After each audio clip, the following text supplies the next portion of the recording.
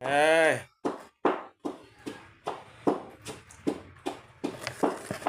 ត្រីហ៎បងនេះ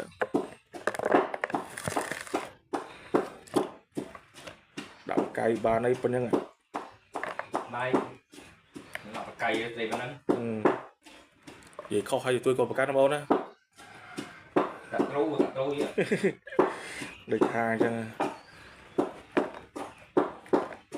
ល្អបងនេះល្អតើនេះ ត្រីស្រែធម្មជាតិណា ត្រីស្រែធម្មជាតិបងមិនចេះលំណាបងណាបាទដូចថាអញ្ចឹង ចូលទ្រូ ហ្នឹងហើយប្រាប់ថាបងប្អូនថាចូលទ្រូហ្នឹងហើយ แล้วก็ខ្នប់ ហើយពងធ្វើមុខរហូតដាក់ខ្នប់ ចាំដល់ពេលដល់ខ្នប់ចាំមើលទៀត ណា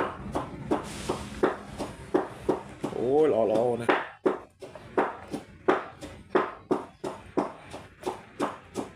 មើលគ្រឿងហើយបុកហើយ ចាំទស្សនាបន្តបងណា